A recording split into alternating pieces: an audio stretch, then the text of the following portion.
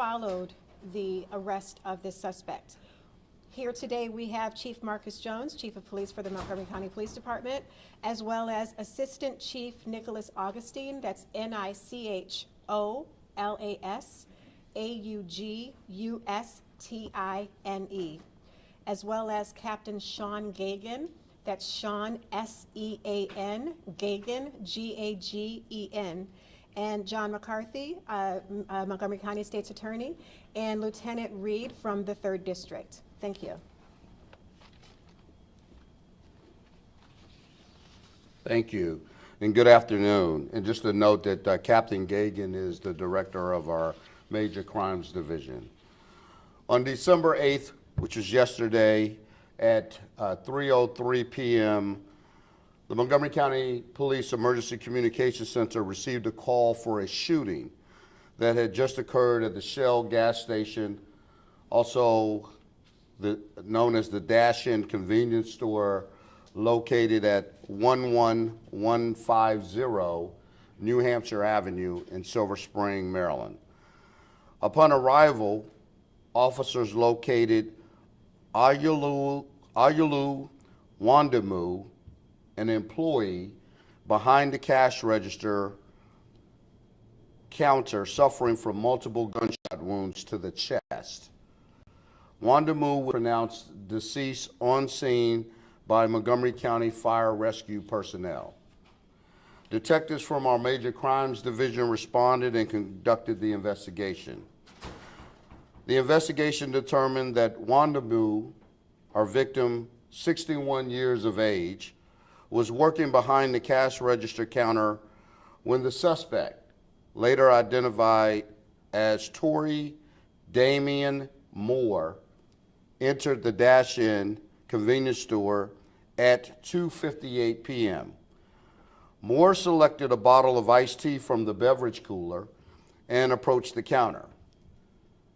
We have video where we observed Moore approach the counter, take it to the clerk, Wandamu, and at which point in time we could tell that a verbal altercation was occurring.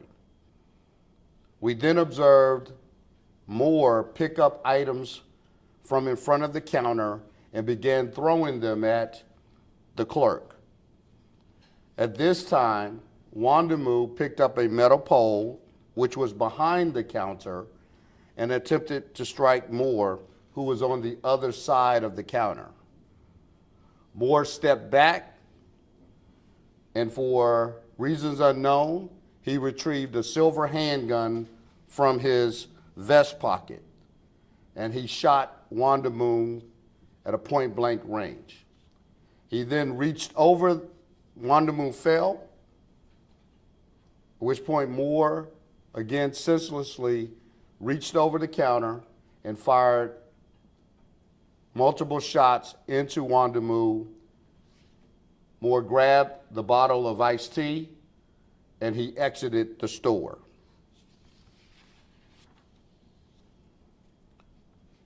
Moore was observed leaving the store and headed in the direction of the Enclave Apartments, which is across the street. Our major crimes detectives did excellent follow-up police work, and they were able to quickly identify Moore as our suspect,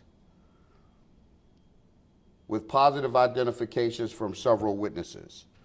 Detectives from Major Crimes applied for and obtained an arrest warrant charging Torrey Moore, 31 years old, with first-degree murder and use of a firearm during the commission of a violent crime.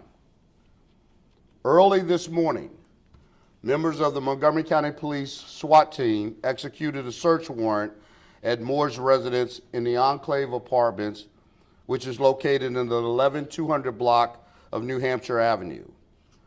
Moore was taken into custody without incident.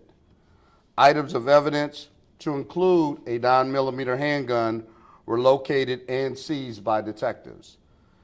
When SWAT made entry, and after arresting Moore, they discovered a deceased female believed to be an adult, on the floor in the apartment in an advanced stage of decomposition. The body of this female has been transported to the medical examiner's office for autopsy and for positive identification. Moore was transported to police headquarters where he was advised of his rights by detectives, and he waived his rights. He made statements implicating himself in the murder of Wanda Moore, the convenience store employee. He also told detectives that he was in a relationship with a female who was pregnant. The female who was found inside of the apartment, and that there had been some type of fight between the two about 1 month prior to that led to the victim becoming deceased prior to today. Detectives are now waiting for the medical examiner to make a determination of the cause and manner of death for this female, to see if in fact, to confirm if the female was in fact pregnant, how long has she been pregnant, along with the positive identification of her so that they can determine what additional criminal charges may or may not be appropriate. So this time, I'll answer any questions that you may have. Chief, any idea what this woman died from? And he indicated there was some kind of fight that happened that led to her death. What kind of, could you tell what kind of injuries, and did it appear she's been dead for a month, like he said? And he must have given you an idea of who she was if he was in a relationship. He gave us an idea of who she may be, but in fact, again, we don't know in fact that that is her, so we are waiting for, before we announce who she is, until we know for definitive that this is the female that is stated. Her body is at an advanced stage of decomposition, so it is very difficult for us to give an explanation or to know exactly what are the injuries from which she died from. That is where we are, again, we'll wait for the medical examiner's office determination, potentially of what is the cause and the manner of her death. And we're hoping that we'll be able to get that. We don't know if we'll be able to get that, through the weekend. It may take some time again, but we'll wait for the medical examiner to give us that cause and manner of her death. Just a quick follow-up to that, as far as the pregnancy, how far along was she? We have information that leads us to believe that she may have been about 8 months pregnant. But again, we will have to wait for the medical examiner to give us details on that upon their examination. Yes. Had the woman been reported missing at all? Did her family say it? We had no reports of any missing individuals, not from that location. The information, what you got, no information about any missing individuals that fit her description. What about any concerns from the neighbors of the decomposing body? We're still doing some canvassing of the neighborhood. Again, this is very new to us. Again, a surprising discovery upon our entry this morning. So we've got a lot of work to do. We're a little bit amazed that we did not receive any calls, none that we have seen thus far, that would have given us any indication that something was occurring within that apartment. Chief, was he living in this apartment where her remains were found and ultimately decaying? We believe so, yes. He was there when we arrived early this morning when we executed the search warrant. And Chief Jones, as far as you know, was he living in that apartment by himself, or did they both live there together? We believe they both resided at the apartment.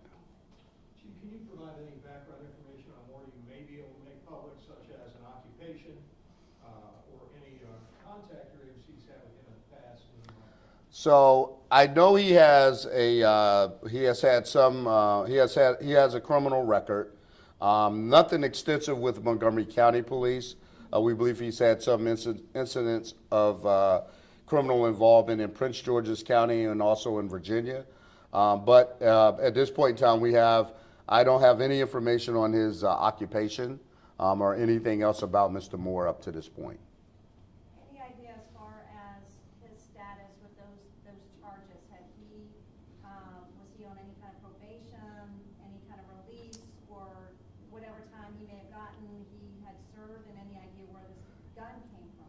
Yeah, we're still researching all of that. I have no idea where the weapon that that we found located inside the apartment, which we believe to be the murder weapon from yesterday. As it relates to any previous convictions, we're still doing a lot of research on that. I don't know if he was on probation or parole for any incidents that he may have been involved in the past. Chief, do you know that he, I may have missed it because I wasn't paying attention on Twitter for a second. Relationship between these two individuals, she remains unidentified at this time, if I have that accurate. Yes, positively identified. Implies to me perhaps there's some other children involved or anything like that. Is there any kind of children or other family relationship you're aware of? Not that we're aware of, that there are any additional children in the relationship. There may be. But again, we're at the very early stages of this investigation and trying to understand her family history, much about her, what's been occurring between these two individuals over the past, during the course of their relationship. We're very concerned about what has been occurring between these two, what would have occurred that would have warranted someone again, someone's dead body to be in an apartment for a very lengthy period of time and not contact authorities. That raises a lot of concerns for us. So we've got a lot of work to do in order to be able to follow up for this particular investigation. Anything more you can tell us about the victim of this crime, where he's from? I understand he may not be from this country, I'm not sure, but. The victim himself from yesterday? Yeah, we're still gathering facts on him as well. Again, I'm going to reiterate this. How gun violence is really is very troubling in our communities. And yesterday, me just watching the video and the investigators and everyone that's been involved thus far, to literally have a dispute over a container of iced tea at a convenience store, and to have it rise to the level of a dispute that an individual would then pull out a handgun and brutally murder someone in broad daylight is just very troubling to me. And I think the community, anyone would say the same thing. Any reason to believe him and the clerk had any prior interaction? We do have information that this individual, Mr. Moore, had been in that store on multiple occasions and had been a problem customer at that location. We have talked with other witnesses, store employees that have provided us that very similar information that lends us to believe that there was a past, troubled past probably, of confrontation between this Mr. Moore and employees at the Dash-In. Confrontations over trivial things? It appears to be so, yes. Yeah. One more question? Chief, before the SWAT entered the residence, were there any noticeable smells coming from the property? I don't know what they were smelling. I'm sure the SWAT team wasn't concerned about smell. They were executing a no-knock search warrant for a dangerous felon, and I'm sure that was the main thing on their minds when they were preparing to make entry. I'm sure once they made entry, their curiosity probably was arisen as a result of the experience of them being police officers, knowing, unfortunately, what death smells like way too often. Any resistance with that arrest? No resistance at all. Question for Mr. McCarthy. John, if the OCME decides that this woman was murdered, could your office bring charges of two murders in this case? Let me say, we've been working alongside of the homicide division for the last several days, and I want to congratulate the chief and the men and women of this department. I know the officers that have been working this investigation, probably working 2 straight days. They don't go home until this thing is done.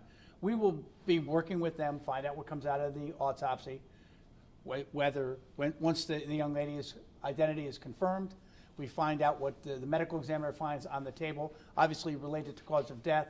We can make more definitive decisions. If it would be appropriate, we could bring an additional charges, but we'd be doing that. We'd be working together on that, making that decision. But I think pivotal to us right now is probably the result of the autopsy that's going to take place tomorrow. Hey, John, I just ran it real quick. He's a prohibited individual with weapons. So, he got a gun somehow. Is there additional work here to do to try to find who may have supplied a gun? And can people be held accountable for providing guns to prohibited individuals? Well, I think, let me say, one of the primary ways people who are prohibited persons, such as this individual is, were getting guns was through ghost guns. And I know the chief's talked about this a lot. I think we're up to about 172 ghost guns we've seized. I do not believe that this is a ghost gun.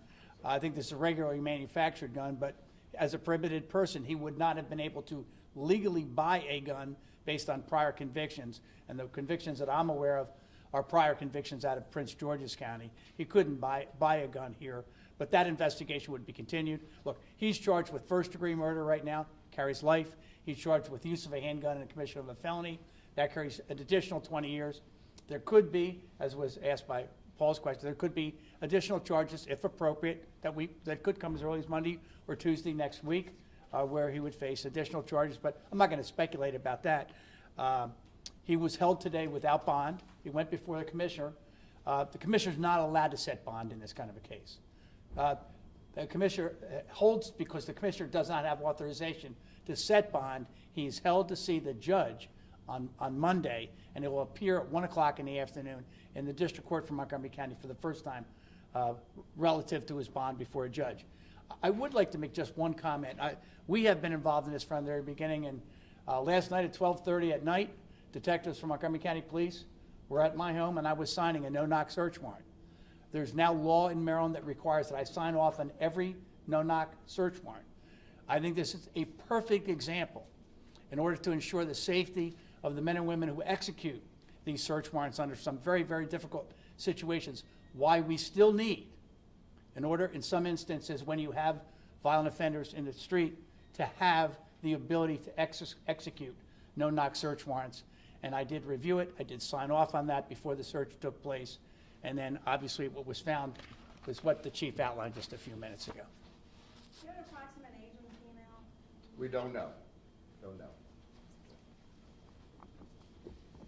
A news release has been published to the Montgomery County Police website, and it has been distributed to the news outlets if you're on our email distribution list, as well as a booking photo of the suspect. Thank you. Thank you.